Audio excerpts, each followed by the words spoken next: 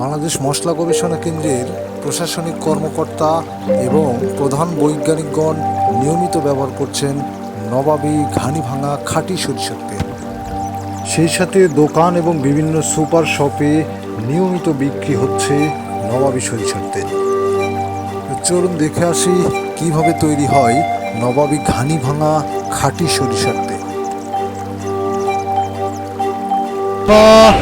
আজকে মিলে আমাদের সরিষা আজকে ভাঙা হচ্ছে। আপনারা দেখতে পাচ্ছেন এই সারি সারি ঘানি যেটা দেখতে পাচ্ছেন, এই সারিবদ্ধ ঘানিতে আমরা কীভাবে এগুলো ভাঙাই আপনারা দেখতে পাচ্ছেন। এখানে সরিষা আছে এবং কী সরিষা আমরা ভাঙাই সেটাও আপনাদেরকে দেখাবো যে কী জাতের সরিষা আমরা ভাঙাচ্ছি।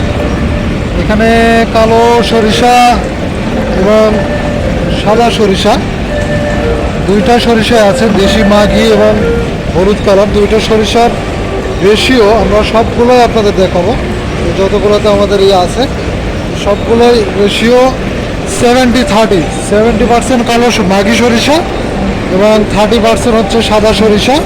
এই দুইটা মিক্সড করে এইভাবে ঘাড়িতে ঘোরানো হচ্ছে এবং ঘাড়িতে ঘোরানোর পর এখানে বাটিতে, নিচে বাটি আছে, এই বাটিতে তেল জমা হচ্ছে। হ্যাঁ, এবং তারপর যদি তারপর প্রক্রিয়া দেখায় আপনাদেরকে দেখানোর চেষ্টা করব।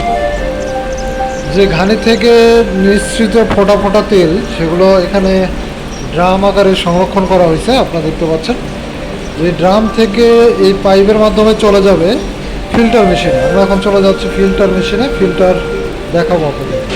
ড্রাম থেকে ট্যাঙ্কে তেল চলে আসে এবং ট্যাঙ্ক থেকে এই ফিল্টার মেশিনে আপনারা দেখতে পাচ্ছেন এই ফিল্টার মেশিনে এভাবে তেল ফিল্টার করি আমরা।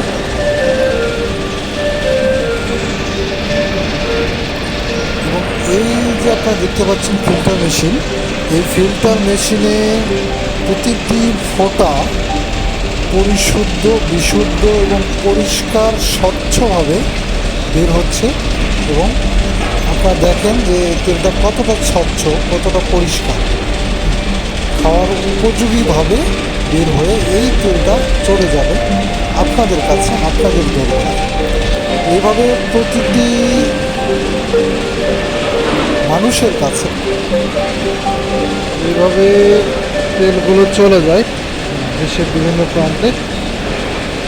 আপনাদের যাদের দরকার আপনারা অবশ্যই নক করতে পারেন।